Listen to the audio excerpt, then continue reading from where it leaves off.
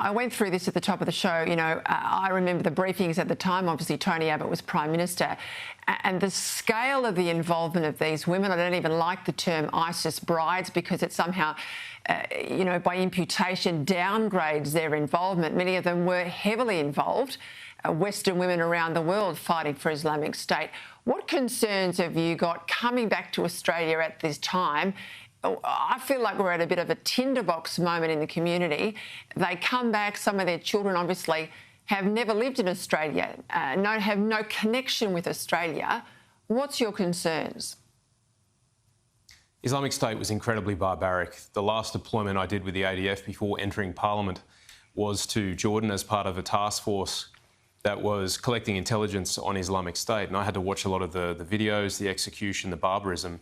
So these aren't just ISIS brides potentially. They're actually accessories to murder and barbarism and a whole range of evil acts. So the question is, if they were radicalised and they went there, have they been de-radicalised? Do they still pose a threat to the community? Do they still sign up to the evil ideology of Islamic State? These are all legitimate questions that people are entitled to ask, let alone the broader question of where's their allegiance? They betrayed their country. Why should we have them back? We've got to have a standard for citizenship. And if you betray your country, see you later.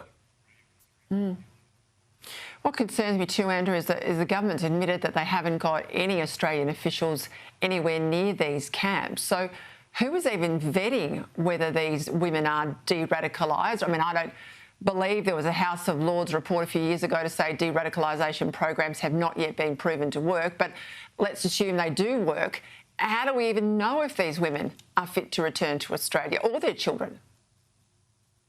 We don't know, and therein lies the risk, and that's why it's really important that we get a clear answer from the Prime Minister and the Home Affairs Minister on these questions.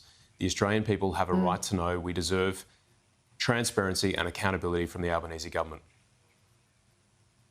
Have they offered you a briefing, Andrew? Have you been offered a briefing from our intelligence agencies? No.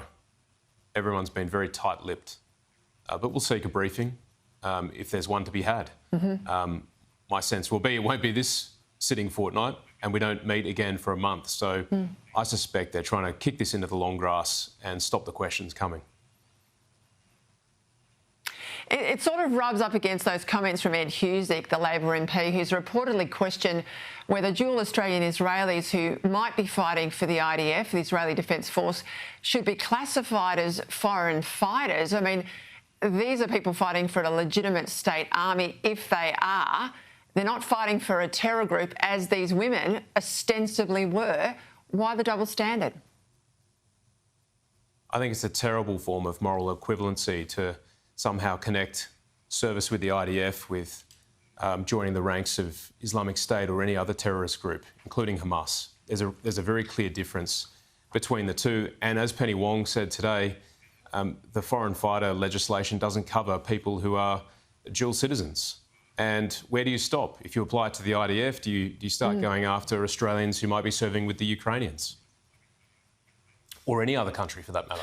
Look, change of pace, but not unrelated. National Flag Day today. Your colleague in the Senate, Senator Jacinta Price, came under fire today just because she wore the Australian flag in the Senate. Now, this set off the Greens and it led to the Deputy President, a Liberal I might add, who asked her to remove the flag. Have a listen.